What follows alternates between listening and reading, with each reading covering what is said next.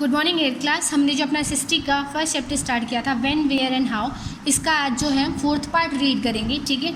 और इससे पहले आपको मैंने बताया था कि जो है किस तरीके से रिटन रिकॉर्ड्स या मॉन्यूमेंट्स जो है हेल्पफुल होते हैं हिस्ट्री को रिकंस्ट्रक्ट करने में या फिर जो है हिस्ट्री के बारे में इंफॉर्मेशन कलेक्ट करने में। अब हम आगे रीड करेंगे।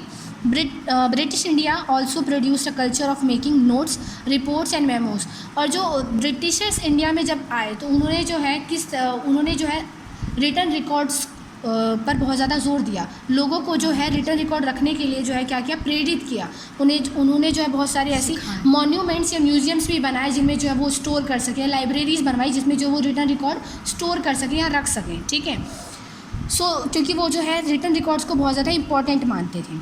सो they set up record rooms in each village, tahsildars office, collectorate, commissioners office, court.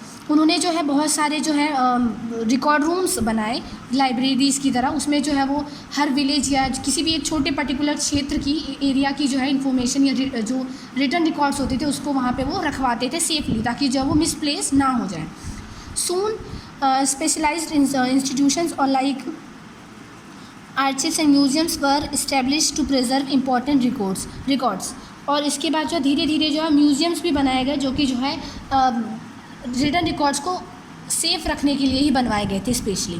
The documents relating to the East India Company, their memos, their letters and their noting their orders, all related documents of 19th century can still be read in the archives built for this purpose only.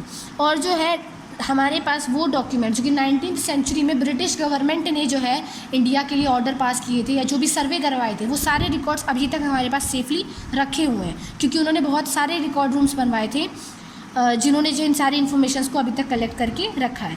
The documents in Britain are also well preserved in their country in archives. In the 19th century documents were carefully copied out and written by calligraphist people who are specialised in the art of beautiful writing. और जो है एक particular एक person को जो है इस चीज़ के लिए हायर किया जाता था या रखा जाता था जो इन रिटन रिकॉर्ड्स को लिखेगा, ठीक है। तो ये एक तरीके से जो है इसने जो है एक ऑक्यूपेशन भी प्रोवाइड कराया लोगों को। फिर एक जो है पर्टिकुलर जॉब हो गई कि जो है रिटन रिकॉर्ड्स लिखने वालों की, ठीक है।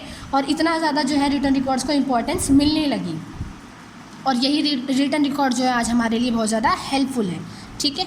और उस पर्सन को जो ये रिटन रिकॉर्ड्स को रखता था उन्हें क्या कहा जाता था, कैलीग्राफिस्ट, ठीक है। These archives are full of sources and the materials available in these archives help us in knowing the true nature of the British colonial rule in India as well as their exploitation in various ways।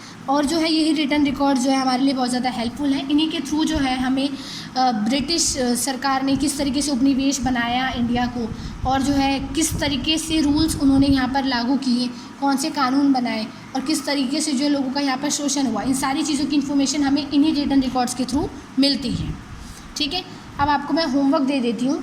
आपका homework क्या है, C part का 1 और 2 और 3 जो मैंने आपको इससे पहले वाली वीडियो में दिया था उसके जो नीचे के बाकी के डेफिनेशन है वो आपको सर्च करके लिखने हैं 4, 5 और 6, ठीक है। और इसके अलावा जो है मैंने आपको एक मॉन्यूमेंट वाला होमवर्क भी दिया था, अगर आपने वो अभी तक नहीं करा है तो उसे भी कर लीजिए कॉपी में, नोटबुक में, ठीक है।